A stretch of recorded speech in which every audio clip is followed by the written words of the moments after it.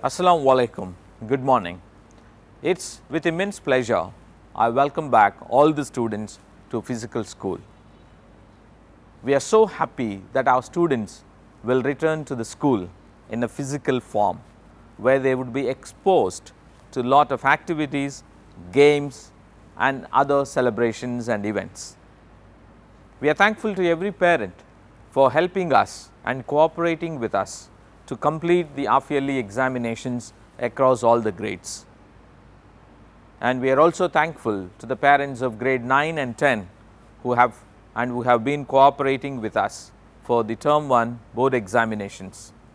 As we know, CBSE has designed a new pattern of assessment this year where grade 10 students would take board exam in term 1 as well as in term 2, and we are confident that our students are well prepared as they write their mock exams now. Grade 9 also will be having a mock exam during this coming weeks to prepare them for the term 1 multiple choice questions term examination. Well, I think we all are apprehensive about these exams, whether it is board, non-board or the internal school exam. Now, most of the time we are more worried about the failure. Most of the parents during the half-yearly exams also have contacted us. Can we take off after the school? Can we have 2 days of holiday for the preparation? See, those are the worries the parents have. But I think we need to encourage our students to be more resilient. You look at a sportsman, will there be a successful sportsman without repeated failures? Or look at the business, most of our parents are into business. Is there any business that has been not unsuccessful, or is there a successful businessman without failing any time in business? So, I think failure is part of success. Most people consider failure as opposite of success, but it is not so. In fact, failure is part of success. When we repeatedly understand and relearn the requirements or the demands of a particular job, of a particular subject or a particular discipline or a particular sport, then only we will be successful. I think failure, we consider it as a major thing in life. Well, in most cases we always associate or assign failure to the personality or the person. Look at the video game, there is winner, there is a loser, and on the screen we get loser as in bold letters, and that worries lot of people. Well, in fact, yes, failure is never to the person, failure is always about an event or an activity or maybe a competition. Let us imagine a child participating in a dance or a singing competition. He or she could have done better, but may not be able to get into the position of first, second or the third. That does not mean he or she is a loser. The event of dancing or singing has been a failure, but not the person. If the person repeatedly participates in singing or dancing, I am pretty sure and confident that he or she will definitely win one day. So, failure is never the opposite of success, but failure is part of success. Now, we know that these students who have been with us in the last 1.5 years or close to 2 years have been struggling.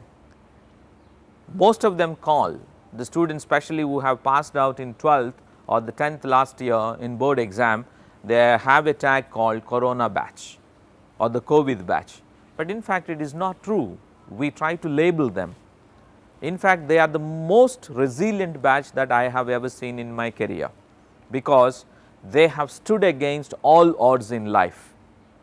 They were able to manage the lot of changes that have happened from a physical to an online school, from a physical assessment to online assessments, and change of patterns, examinations, number of tests that they attended, be it the formative assessment or the summative assessment.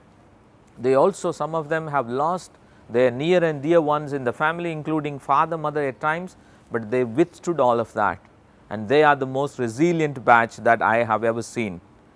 I think the new pattern of assessments which are introduced by CBSE, whether it is last year or this year, also has helped them to be more resilient. They are more able to adapt, they are more able for adjustments, and they have been more agile.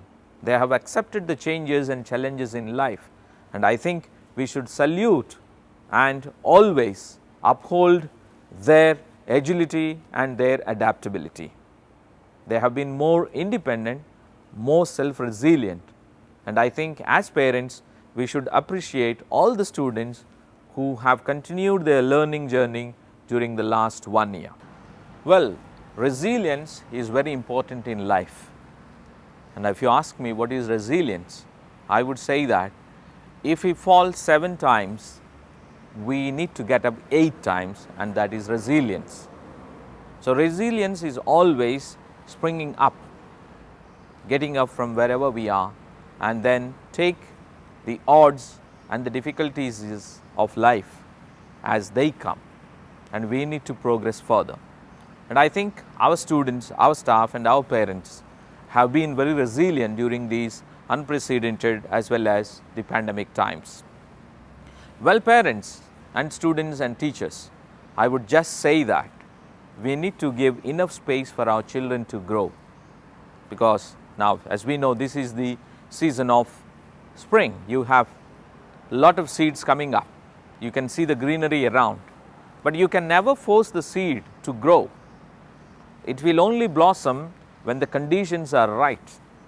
And as parents, as teachers and as the well-wishers of our students, it's our responsibility to give that conducive environment where the child taken as the seed should blossom, and we should wait for the time and the environment so that the child will blossom.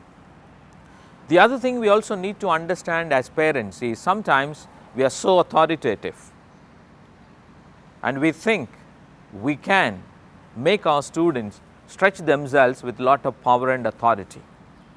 But to tell you the truth, we need power to disrupt things, but we need love to make things happen. And I am sure if you love your students, if you love your children, they will do better.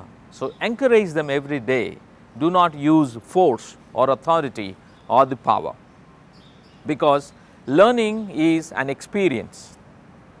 Whatever we gather is just information, but learning is an experience, and our children should have that experiential learning by doing, by participating and being active in everything. And as parents, as students and as a principal, I think the greatest responsibility all of us have is being role models. Let us be the role model for our children, and I tell you, being role model is the best form of education. And I wish that all our stakeholders, parents, students, teachers and well-wishers and the management of the school be the role model for our children as they return to school. So students, welcome back. We look forward to welcome you to the school and to look forward to have fun with a lot of activities on the campus. Thank you. Have a good day.